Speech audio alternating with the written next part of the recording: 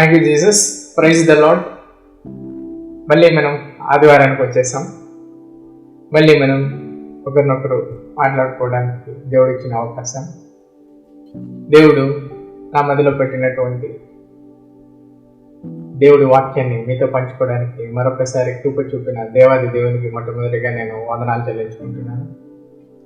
Betul channel ఎల్షదై programme చూస్తున్నటువంటి ప్రేక్షకులందరికీ ప్రభు యేసు నామమున నా వందనాలు చెల్లించుకుంటున్నాను. ప్రార్థించుకుందాం.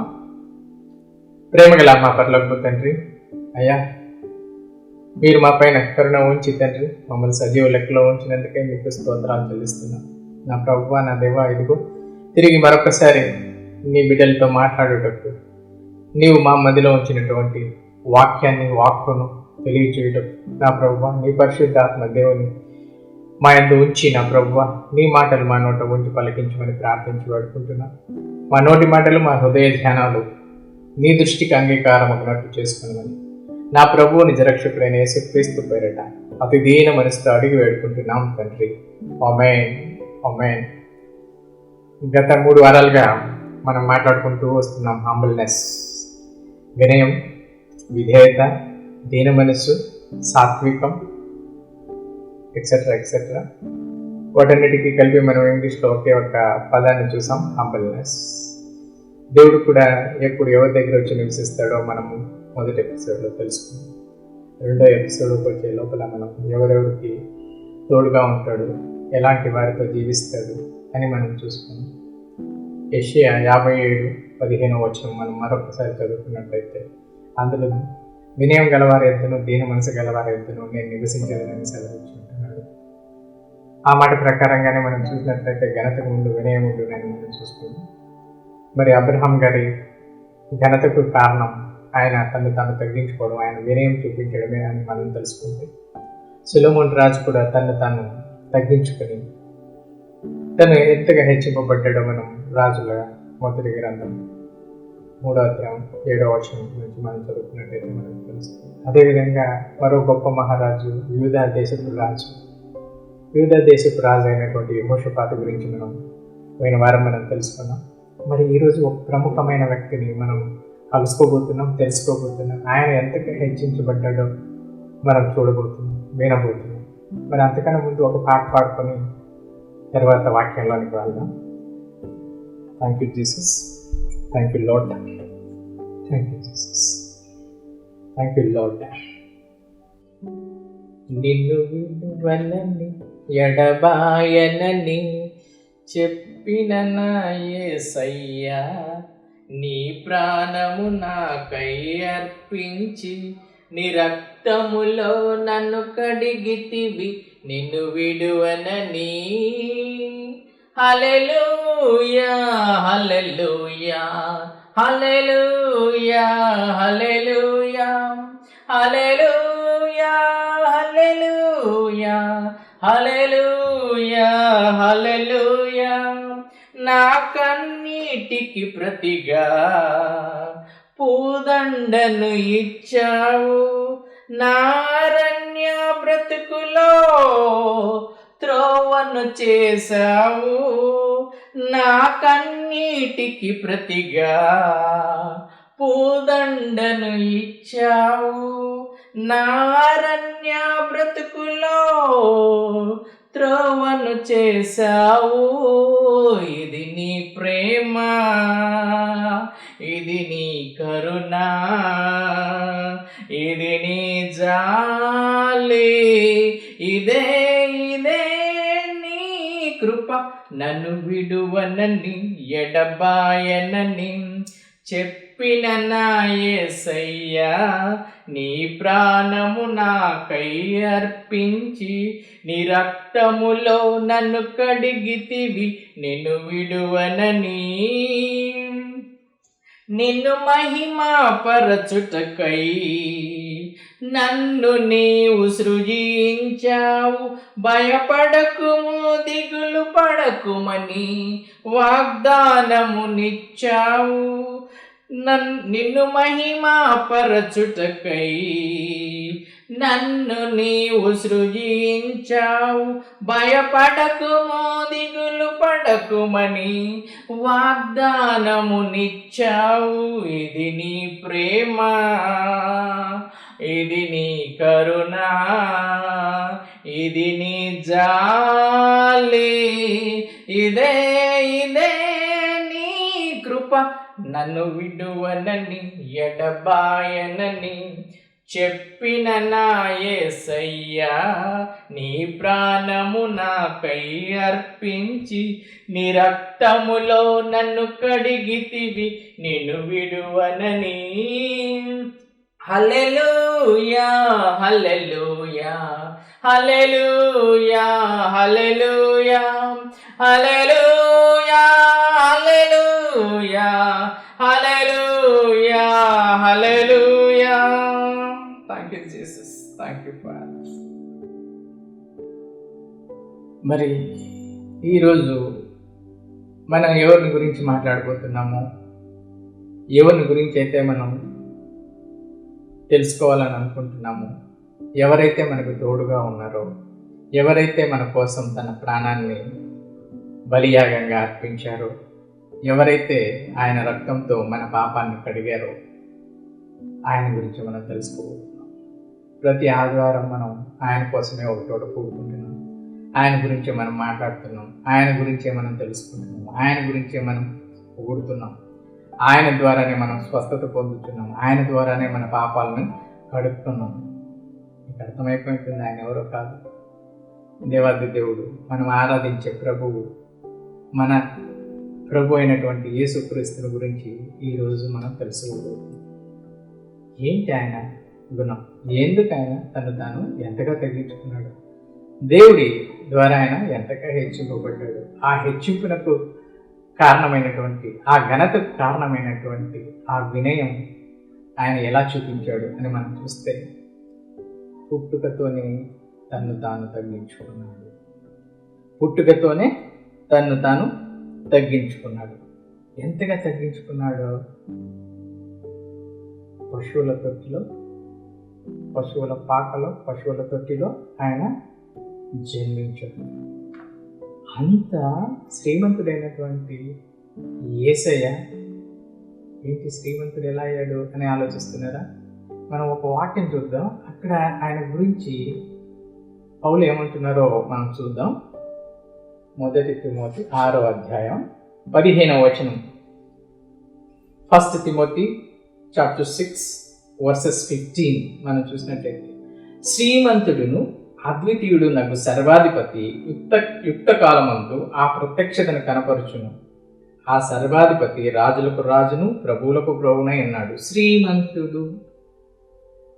తిమోతికి రాసిన పత్రికలో మనం చూస్తున్నాం 15వ వచనంలో, శ్రీమంతుడు ఎలాంటి వాడు? రాజులకు రాజు, ప్రభువులకు ప్రభు. అంత గొప్పవాడైనటువంటి దేవుడు మన కోసం తను తాను ఎంతగా తగ్గించుకున్నాడంటే, పశువుల పాకలో జన్మించాడు. తన కొన్నటువంటి వాటిని అన్నిటినీ తీసేసి, తనకు కొన్నటువంటి వాటిని అన్నిటినీ వదిలి, తండ్రితో ఉన్నటువంటి ఆ భోగభాగ్యాలను వదిలేసి, దేవాది దేవుడు మన కొరకు పశువుల పాకలో జన్మించాడు. పుట్టుకతోనే తను తాను తగ్గించుకున్నాడు, పుట్టుకతోనే తాను ఎలాంటి వాడో దేవుడు ఇక్కడ చూస్తున్నాడు. ఇంకో చోట మనం చూసినట్లయితే 2 కొరింథీయులు 8వ అధ్యాయం 9వ వచనం మనం చూసినట్లయితే, మీరు మన ప్రభు అయిన యేసు క్రీస్తు కృపను ఎరుగుదురు కదా, ఆయన ధనవంతుడై యుండియు, ఈజ్ అ రిచెస్ట్ మ్యాన్, ధనవంతుడై యుండియు మీరు తన దరిద్రం వలన ధనవంతులు కావాలనని మీ నిమిత్తం దరిద్రుడాయను. He become a poor even though he is a richest person for your sake. నీ కొరకు నా కొరకు ఆయన he become poor. ఆయన దరిద్రుడయ్యాడంటే, ఎంత దరిద్రుడయ్యాడంటే, ఆయన ఇంకొక చోట ఆయన దరిద్రతను గురించి రాస్తూ చెప్తున్నాడు. మత్తయి సువార్త 8వ అధ్యాయం 20వ వచనం మనం చూసినట్లయితే, అందుకు యేసు, నక్కలకు గొర్రెలను ఆకాశ పక్షులకు నివాసములను కలవు గాని మనుష్య కుమారుడికి తల వాల్చుకొనుటకైనను స్థలం లేదని అతనితో చెప్పాను. ఎంతగా దారిద్ర్యాన్ని అనుభవిస్తున్నాను అని చెప్పడానికి, నిరూపించడానికి అన్నిటికీ ఉన్నాయి. జంతువులకు కూడా ఫలాంది ఉంది. కానీ ఈ మనుష్య కుమారుడు, ఈ దైవపుత్రుడికి తల దాచుకొనుటకు ఏం లేదంటున్నాడు. తల వాల్చుకొనుటకైనను స్థలం లేదు. కనీసం తల వాల్చుకోవడానికి నాకు స్థలం కూడా లేదంటే అంత దరిద్రునిగా మన కొరకు మారాడు. ఇంకో చోట ఒక ఆర్టికల్ చదువుతూ నేను కొన్ని చూశాను. ఆయన ఏది కూడా తన సొంతంగా ఏది లేదు ఆయన దగ్గర. ఈవెన్ ప్రీచ్ చేయాలంటే he used some borrowed boats. కొన్ని పడవలను ఆయన ఎరువుగా ఉన్న పడవలను, అంటే తనది కాని వాటి మీద కూర్చొని ఆయన ప్రసంగం చేశాడు. ప్రీచ్డ్ ఫ్రమ్ బారోడ్ బోట్స్ అని ఒక చోట రాయబడింది. ఆయన ఎప్పుడైనా పడవల్లో ఎక్కాలంటే వేరే వాళ్ళ పడవల్లోనే ఆయన ఎక్కాడు. అంటే తనకంటూ ఏమీ లేదని నిరూపించుకోవడానికి ఒక నిదర్శనం. ఇంకో చోట రాశారు మల్టిప్లైడ్ బారోడ్ ఫుడ్. ఏదైనా సరే తన దగ్గర లేదు ఫుడ్, కానీ వేరే వాళ్ళు తెచ్చి ఇచ్చిన ఫుడ్ని, అంటే 5 రొట్టెలు 2 చేపల్ని ఆయన దగ్గరికి తీసుకొని వచ్చినప్పుడు, అంటే వేరే వాళ్ళది తన దగ్గరికి వచ్చినప్పుడు మాత్రమే దాన్ని ఆశీర్వదించి దీవించి అనేకులకు ఆయన పంచాడు. అంటే ఆయన దగ్గర కనీసం ఫుడ్ కూడా లేదు, అది కూడా వేరే వాళ్ళు ఇస్తేనే దాన్ని ఆశీర్వదించి ఇచ్చాడంట. ఇంకొక చోట మనం చూస్తే రోడ్ ఆన్ బారోడ్ కోల్ట్. ఒక అరువుగా తెచ్చుకున్న గాడిద పిల్ల మీద ఆయన సవారీ చేశాడంట. తనకంటూ ఏది లేదని చెప్పడానికి జస్ట్ చిన్న నిదర్శనంగా ఇక్కడ రాశారు. And was buried in a borrowed tomb. తను కనీసం లాస్ట్ చనిపోతే పాతి పెట్టుకొనడానికి తనకంటూ సమాధి కూడా లేదు, అది కూడా సమాధి వేరే వాళ్ళ దగ్గర నుంచే తీసుకొని చేశాడు. అంటే దేవుడు ఇది ఎందుకు రాశారంటే తను అంతగా తాను తగ్గించుకున్నాడు, అంతగా దరిద్రుడయ్యాడు మన కోసం, అంతగా తను తగ్గించుకున్నాడు. కాబట్టే దేవుడు ఆయనతో ఉన్నాడు. ఆ వినయం గల బుద్ధి ఉంది కాబట్టి దేవుడితో సంబంధం కలిగి ఉన్నాడు, దేవుడితో పెనవేసుకొని ఉన్నాడు, దేవుడితో ప్రతి నిమిషం మాట్లాడుతున్నాడు, దేవునితో ప్రతి క్షణం ప్రార్థన చేస్తూనే ఉండి ఆయనతో సహవాసం కలిగి ఉన్నాడు. తన పుట్టుకతోనే తాను తగ్గించుకున్నాడు. ఒకసారి నాకు ఒక లెటర్ వచ్చింది. ఆ లెటర్లో ఏముందంటే అడ్రస్ వచ్చేసి ద మేనేజర్ బదులు ద మ్యానేజర్ అని వచ్చింది. MANGER. ఏ లేదు అక్కడ, మేనేజర్ అనేది లేదు, కానీ మేనేజర్ అని ఉంది. నన్ను ఆట పట్టించడానికి కొంతమంది మా స్టాఫ్ మెంబర్స్, సార్ మీకు భలే రాశారండి address, you are a manager అని. అంటే మేనేజర్ అంటే అర్థం ఏంటంటే పశువుల తొట్టి. నేను నవ్వితే వాళ్ళకి అర్థం కాలేదు. మేము ఈయన అవమానపరచాలని చూస్తే ఈయన నవ్వుతాడు ఏంటి అంటే, అవునండి నేను మేనేజర్నే అన్నాను. ఎందుకంటే యేసయ్య నాలోనే పుట్టాడు, నా మీదనే ఫస్ట్ ఆయన ఉంచారు. పశువుల తొట్టిలోనే యేసయ్య పుట్టాడు కాబట్టి ఐఎమ్ ద మేనేజర్ అని చెప్తారు. తరువాత మనం చూస్తే ఆయన పుట్టిన తర్వాత మేరీ దేవాలయంలో అర్పించింది 2 పావురపు పిట్టలు. సాక్రిఫైస్ చేసింది, బలి ఇచ్చింది ఏంటంటే 2 పావురపు పిల్లలు. మనం చూస్తే చాలా మంది బాగా డబ్బున్న వాళ్ళందరూ కూడా మంచి మంచి గొర్రెలను ఎద్దులను బలి ఇచ్చేవాళ్ళు. కానీ చాలా పేదరికంలో ఉన్న వాళ్ళు మాత్రమే పావురాలను దేవుడికి సాక్రిఫైస్ చేసేవాళ్ళు. ఆ రకంగా చూస్తే పుట్టుక నుంచి ఆయన పేదరికంలోనే ఉన్నాడు. ఈ was just son of carpenter. Joseph ఒక కార్పెంటర్ పని చేసేవాడు. అక్కడ కూడా మనం చూస్తున్నాం పేదరికాన్ని అనుభవించాడు. మామూలుగా లోకంలో ఉన్న మనిషి ఎలాగైతే దారిద్ర్యాన్ని అనుభవిస్తాడో అదే దారిద్ర్యాన్ని ఆయన అనుభవించి తనకున్నటువంటి వాటినన్నిటిని వదిలి నా కోసం ఇక్కడికి వచ్చాడు. మరి ఏంటి ఈయనలో ఉండే గొప్పతనం మనం చూస్తే, తను తగ్గించుకోవడమే కాకుండా తను చేస్తున్న సేవలో తన శిష్యులను కాళ్ళు కడిగినటువంటి మొట్టమొదటి గురువు ఆయనే. మొదటివాడు, లాస్ట్ వాడు. ఎందుకంటే ఏ గురువు అయినా సరే శిష్యుల చేత కాళ్ళు కడిగించుకోవడం మనం చూస్తున్నాం. మన దేశంలో ఉండే చాలా చాలా పెద్ద పెద్ద స్వామీజీలందరూ కూడా ఎవరు కూడా వాళ్ళ దగ్గర ఉన్న శిష్యుల కాళ్ళు కడిగినట్టు మనకి దాఖలాలు లేవు. కానీ గురువు అయి ఉండి తన శిష్యుల కాళ్ళు కడిగిన ఒకే ఒక వ్యక్తి, ఒకే ఒక దైవం యేసుప్రభు. ఎందుకంటే తన శిష్యుల కాళ్ళను కడిగి తను తాను అంతగా తగ్గించుకున్నాడు. మనం చూసినట్లయితే యోహాను సువార్త 13వ అధ్యాయం, యోహాను సువార్త 13వ అధ్యాయం మనం చూసినట్లయితే 13వ అధ్యాయం 4 నుంచి 15 వరకు మనం చదువుకున్నట్లయితే అందులో యేసయ్య తన శిష్యుల కాళ్ళను కడిగినట్టుగా మనం చూస్తున్నాం. కడగడమే కాదండి, ఆయన ఒక మాదిరిగా మనకు కూడా ఒక సందేశాన్ని వదిలిపెట్టాడు. నేను మీకు చేసిన ప్రకారం మీరును చేయవాలని మీకు మాదిరిగా ఇలాగ చేసి తిని. He is the model to us. ఎందుకంటే తన శిష్యుల కాళ్ళందరినీ తన నడుముకు టవాలు కట్టుకొని పల్లెంలో వాళ్ళ కాళ్ళన్ని కడుగుతూ వచ్చాడు. మనం ఆ భాగాన్ని మనం చదువున్నట్లయితే ఆ భాగంలో మనం చూడొచ్చు. మరి ఇదే విధానాన్ని నిన్ను నువ్వు తగ్గించుకొని, ఎప్పుడైతే నిన్ను నువ్వు తగ్గించుకొని నేను మీకు చేసిన ప్రకారం, శిష్యులతో అంటున్నాడు ఆయన, నేను మీకు చేసిన ప్రకారం, శిష్యులతో అంటే మనతో కూడా అంటున్నాడు, మనం కూడా ఆయన శిష్యులమే, మనం కూడా ఆయన ఫాలో అవుతున్నాం. కాబట్టి we are also the disciples of Jesus Christ. మీరు చేయవలనని మీకు మాదిరిగా ఇలాగ చేసి తినని యేసయ్య హెచ్చరిస్తున్నాడు. ఎందుకు తగ్గించుకున్నాడు? అంతేనా? ఆయన చేసిన ప్రతి కార్యంలో, ప్రతి పనిలో మనం ఆయన్ను తగ్గించుకునే గుణాన్ని మనం చూస్తున్నాం. ఇంతగా తగ్గించుకోవడం వలన యేసయ్యను దేవుడు ఎలా హెచ్చించాడు, ఎలా దేవుడు ఆయన్ను అందరి మధ్యలో హెచ్చించడం మనం చూస్తున్నాం. ఈరోజు నువ్వు, నేను, మనమందరం కూడా ఆయన సేవిస్తున్నాం, ఆయన కొరకు ప్రార్థిస్తున్నాము, ఆయన కొరకు మనం ఆశ కొని ఉన్నాం. ఆయన వాక్యాన్ని వినడానికి మనం ఎంతో ఆతృత పడుతున్నామంటే ఆయనలో ఉండే గొప్పతనం ఏంటంటే, మనం ఫిలిప్పీయులకు రాసిన పత్రిక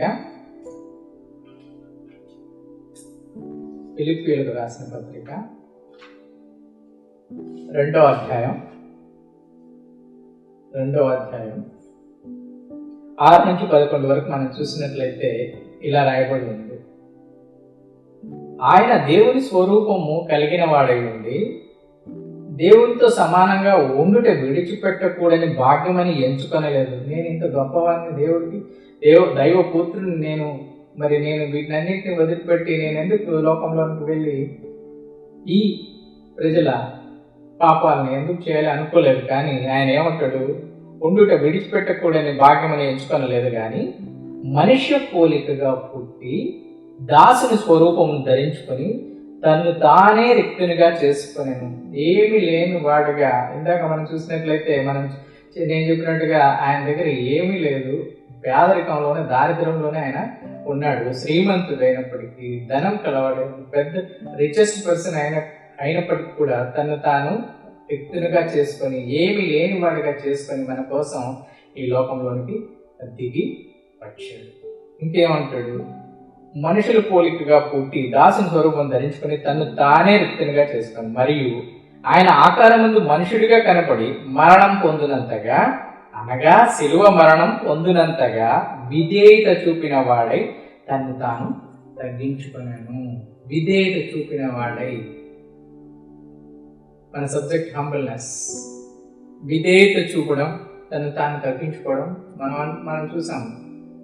యాకోబు 4:10 యెహోవా ఎదుట తను తాను తగ్గించుకునేవాడు హెచ్చింపబడును అని. ఇప్పుడు కూడా యేసయ్య తను తాను తగ్గించుకుంటున్నాడు. ఎంతగా తగ్గించుకున్నాడంటే శిలువ మరణం పొందినంతగా తను తాను తగ్గించుకున్నాడు. ఈయన చాలా చాలా సాత్వికుడు, విధేయత కలవాడు. మనం చూసినట్లయితే మత్తయి సువార్త 11వ అధ్యాయం 29వ వచనం మనం చూసినట్లయితే, నేను సాత్వికుడను, దీన మనసు గలవాడను. ఈ మాటలు ఎవరో కాదు చెప్తుండేది, యేసయ్యనే స్వయంగా తన గురించి ఏం చెప్తున్నాడు, నేను సాత్వికుడను, చాలా సాఫ్ట్, చాలా వినయం కలవాడిని, విధేయత కలవాడిని, సాత్వికుడను, దీన మనసు కలవాడను.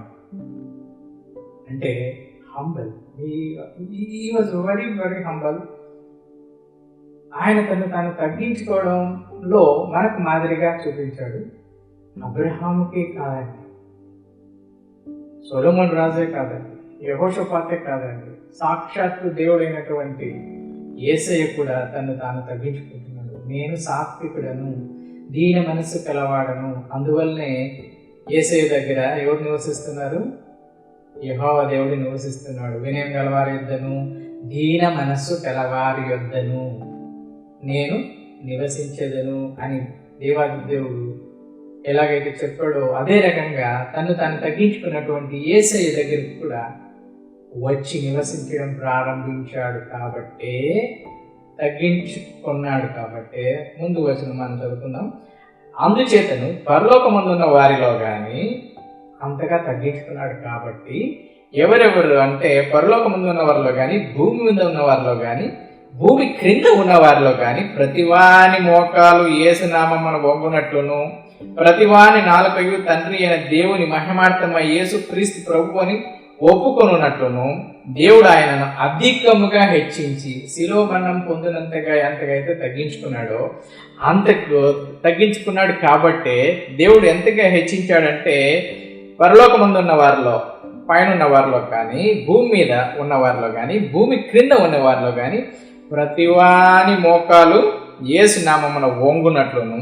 ఇప్పుడు మనం చూస్తున్నాం, మనం ప్రతి ఆదివారం ప్రతి నిత్యం మనం ప్రేయర్ చేసేటప్పుడు మనం మోకాల్లోని దేవుడు ఎదుట ప్రార్థిస్తున్నాము.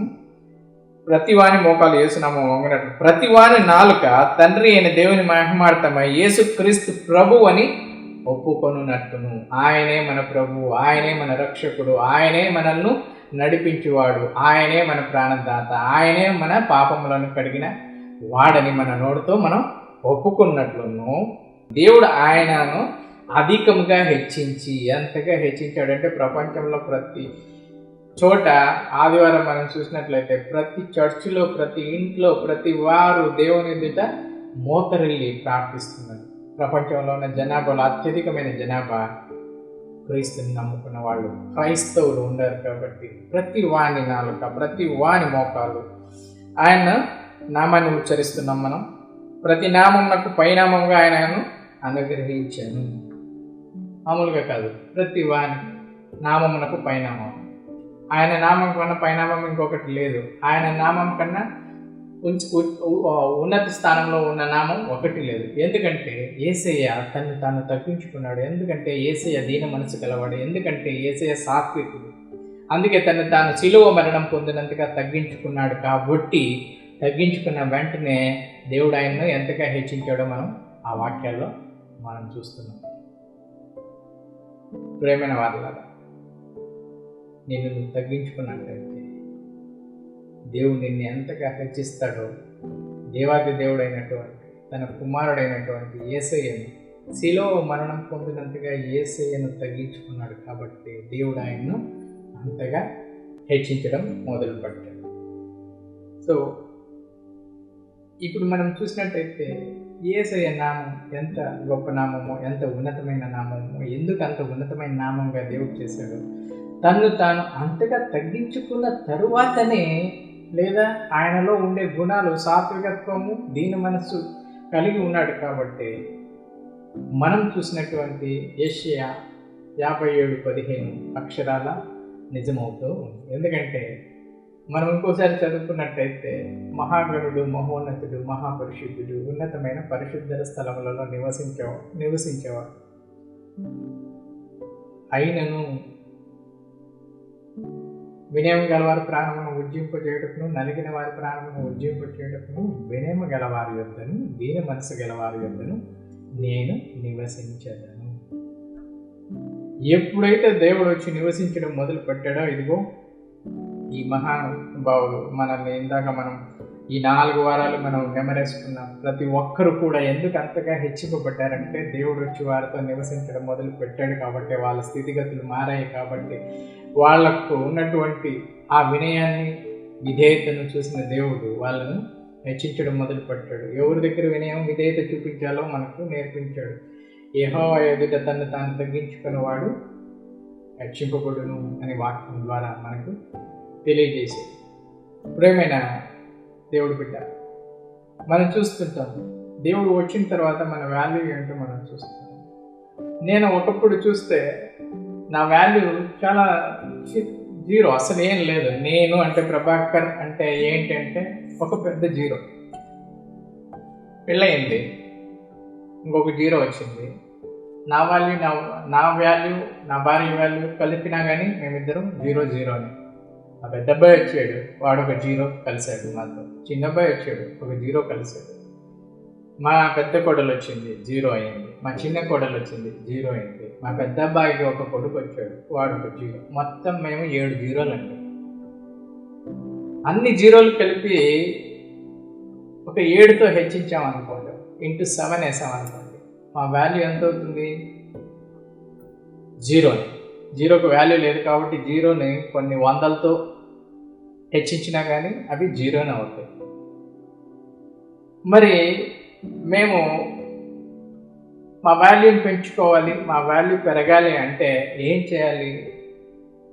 మా పక్కన ఒక నెంబర్ 1 కావాలి. మా పక్కన ఒక 1 వచ్చి నిలబడింది అనుకోండి, 1 పక్కన ఎన్ని సున్నాలు పెడితే అన్ని లాభాలు ఉన్నాయి. ఆ 1 ఈజ్ నెంబర్ 1 వచ్చేసి దేవుడు అనే నెంబర్ 1 వచ్చి మన పక్కన నిలబడితే మన వాల్యూ పెరుగుతా పోతుంది. నా పక్కన దేవుడు వచ్చాడు, నేను ఒక 0 చుట్టాను, 10 అయింది నా వాల్యూ. నా పక్కన నా భార్య వచ్చింది, 100 అయింది. నా పక్కన నా కొడుకు వచ్చాడు, 1000 అయ్యాము. నా పక్కన ఇంకో కొడుకు వచ్చాడు, 10,000 అయ్యాము. నా పక్కన ఇంకా 3 సున్నాలు 7 సున్నాలు వచ్చి చేరితే 1 కోటి మా వాల్యూ అయింది. ఈ ఒక్కటే లేకపోతే మేము ఎంతమంది మాకు తోడైనా లేదా ఎంతమంది మాలో చేరినా కానీ మా వాల్యూ 0నే. నేను చిన్నప్పుడు సండే స్కూల్కి వెళ్ళేటప్పుడు సామ్యుయల్ అని మాకు ఒక సండే స్కూల్ టీచర్ ఉండేవాడు. ఆయన హ్యాండిక్యాప్, ఆయన ఒక కాలు లేదు. ఆయన అట్లే మాకు సండే వచ్చి మేము ఒక 10 మంది 20 మంది పిల్లలు ఉంటే వాళ్ళందరికీ దేవుడి గురించిన సువార్తను, దేవుడి గురించిన విషయాలను, దేవుడి గురించిన పాటలను మాకు నేర్పించాడు. ఆయన ఒక పాట నేర్పించాడు మాకు, అది ఇప్పటికీ గుర్తుంది. మనులు మాణిక్యములున్నా, మేడమిద్యలు ఎన్నున్నా, మదిలో యేసు లేకున్నా, ఎన్ని ఉన్నా అది 0. నిజమేనండి. ఆయన లేకపోతే మనకి ఎన్నున్నా, ఎన్ని ఆస్తిపాస్తులున్నా, ఎంత గొప్ప తెలివితేటలు కలిగినటువంటి బిడ్డలున్నా, బంధువులున్నా, లేక నీ ఆస్తిపాస్తులు లోకంలో ఉన్న వారికన్నా నువ్వు ఎక్కువ వాడివైనా, అధిక ధనవంతుడవైనా, ఏ బిడ్డ దేవుడు లేకపోతే నీకు ఎన్నో ఉన్నా అన్నీ 0నే. మరి ఇలాంటి దేవుడు మన జీవితాల్లోకి వచ్చి నివసించాలంటే, ఆయన వచ్చి మన పక్కన నిలబడాలంటే, ఆయన వచ్చిన తర్వాత మన వాల్యూ పెరగాలంటే యూ షుడ్ హ్యావ్ హంబుల్నెస్. వినయమనే ఆ లక్షణం నువ్వు కలిగి ఉంటే దేవుడు నీతో వచ్చి నివసిస్తాడు. దేవుడు నీతో వచ్చి నివసించిన తర్వాత నువ్వు ఎలాంటి స్థితికి ఎదుగుతావో, ఎలాంటి స్థితిలో నిన్ను ఉంచుతాడో, ఎవరికన్నా గొప్పగా చేస్తాడో, నిన్ను అవమానించిన వాళ్ళు చూస్తుండగానే నిన్ను ఒక పెద్ద స్థితిలో ఉంచి, ఇతను ఎందుకు ఇంత పెద్ద స్థితికి వెళ్ళాడు అని ఆలోచింపచేసి, ఓహో ఇది సంగతి, ఆయనతో కలిసి ఆయన దేవుడు వాసం ఉంటున్నాడు కాబట్టే ఆయన స్థితి ఇలా పెరిగింది. ఎక్కడో ఉన్నవాడు ఇలాంటి హైట్స్కి వెళ్ళాడంటే, ఇలాంటి గొప్ప స్థితికి వెళ్ళాడంటే కారణం ఏంటని అందరూ చూస్తే వాళ్ళకు కనపడేది నీ యొద్దనున్నటువంటి యేసయ్య. Number 1, he is number 1. Once he come and dwell with us, automatically your status will be changed. కాబట్టి ఈ 4 వారాలు మనం 4 వ్యక్తుల గురించి తెలుసుకున్నాం. మహోన్నతుడైన వ్యక్తిని గురించి ఈరోజు తెలుసుకున్నాం. ఆ మహోన్నత వ్యక్తిని ఆరాధించడం వలన మన వాల్యూ ఏమవుతుందో కూడా మనం చూసుకున్నాం. మరి నువ్వు నేను ఎప్పుడైతే if you and me become humble, then automatically God will come and dwell with us and our status will be changed like anything. ప్రియమైన దేవుని బిడ్డ, ఈ 4 వారాల్లో 4 వ్యక్తుల గురించి, ఆ 4 వ్యక్తుల్లో ఉన్నటువంటి ఆ తగ్గింపు గుణం గురించి వాళ్ళు ఎంతగా హెచ్చింపబడ్డారో మనం చూసాం. మరి నీ స్థితి ఏంటి ఈరోజు? నా స్థితి ఎలా ఉందో చూసుకుందాం. నిన్ను నన్ను ఒకసారి యేసయ్యలో పరీక్షించుకుందాం. రా ఈరోజు. ఎప్పుడైతే నువ్వు యేసయ్య దగ్గరికి వస్తావో యేసయ్య ఆటోమేటిక్గా నీ దగ్గరికి రావడం మొదలుపెట్టాడు. ఎప్పుడైతే ఆయన గురించి ఎక్కువగా తెలుసుకోవాలనుకుంటున్నావో నిగూఢమైన సంగతులను నీకు తెలియజేయడానికి ఆయన సిద్ధంగా ఉన్నాడు. ఆయన ఇచ్చినటువంటి గొప్ప బహుమానం బైబిల్. ఎప్పుడైతే బైబిల్ని మనం చదువుకుంటూ పోతామో లోతైన సత్యాలని దేవుడు మనకి తెలియపరుస్తూ మరి ఆయన ఎదుట మనం వినమ్రత కలిగి, వినయం కలిగి, సాత్వికులమై, విధేయులమై ఉన్నట్టయితే మన స్థితిని మార్చడానికి ఆయన సిద్ధంగా ఉన్నాడు. ఇప్పుడే నువ్వు తగ్గించుకొని యేసు పాదముల చెంత చేరి, అయ్యా నాకున్నటువంటి గర్వాన్ని తీసేయండి, నేను బ్రతికిన బ్రతుకు కాదు తండ్రి, ఇదిగో నీవు వచ్చి నాతో నివసించిన తర్వాతనే ఇదిగో ఇప్పుడే నా బ్రతుకు మొదలైంది నా ప్రభువా, నన్ను అధికమైన స్థితికి తీసుకొని రావాలంటే నీవు ఒక్కడివే నాకు దారే ఉన్నావు తండ్రి, నువ్వు చెప్పినట్టుగా నేనే మార్గము సత్యము జీవమునే ఉన్నానని సెలవిచ్చుంటున్నావు నా ప్రభువా, ఇదిగో నీ మార్గంలో నడుస్తాను ప్రభువా, నీ ద్వారానే నేను దేవుడి యొద్దకు చేరుతాను ప్రభువా, నువ్వే నాకు దిక్కు అని ఎప్పుడైతే మనం ఆయన దగ్గరికి చేరుతామో అలాగే నువ్వు జీరో అయినట్టు అప్పటికి నీ ఫ్యామిలీ మెంబర్స్ జీరోలు అయినప్పటికీ ఆయన వచ్చి నీ చెంత నిలిస్తే నీ వాల్యూ పెరుగుతుంది. If you want to become valuable person today you accept and be humble before God. ప్రార్థించుకుందాం. ప్రేమగల మా పరలోకపు తండ్రి, అయ్యా సూటిగా మాతో మాట్లాడిన విధానానికే మీకు స్తోత్రం తండ్రి. మా యొద్దకు వచ్చి నీవు నివసిస్తే నా ప్రభువా మా స్థితిగతులు మారుతాయని మీరు సెలవిచ్చుంటున్నారు. గడిచిన 4 వారాలు నా ప్రభువా మీరు దీనత్వం గురించి, వినయం గురించి, హంబల్నెస్ గురించి మీరు తెలియజేసిన విధానానికే మీకు స్తోత్రాలు చెల్లిస్తున్నాం. మేము కూడా మమ్మల్ని మేము తగ్గించుకొని నా ప్రభువా నీ ద్వారా హెచ్చింపబడుటకు మాకు సహాయం చేయమని ప్రార్థించి వేడుకుంటున్నాం. ప్రతి నిత్యము నా ప్రభువా మమ్మల్ని విడువక ఎడబాయక నీ సన్నిధి మాతో ఉంచి మమ్మల్ని నడిపించమని, ఈ ప్రోగ్రామ్స్ ద్వారా మేము అధికమైన మేలులు పొందుటకు మాకు సహాయం చేయమని మా ప్రభువు నిజరక్షకుడైన యేసుక్రీస్తు పేరట అతి దీన మనసుతో అడిగి వేడుకుంటున్నాం తండ్రి. Amen, amen. Praise the lord.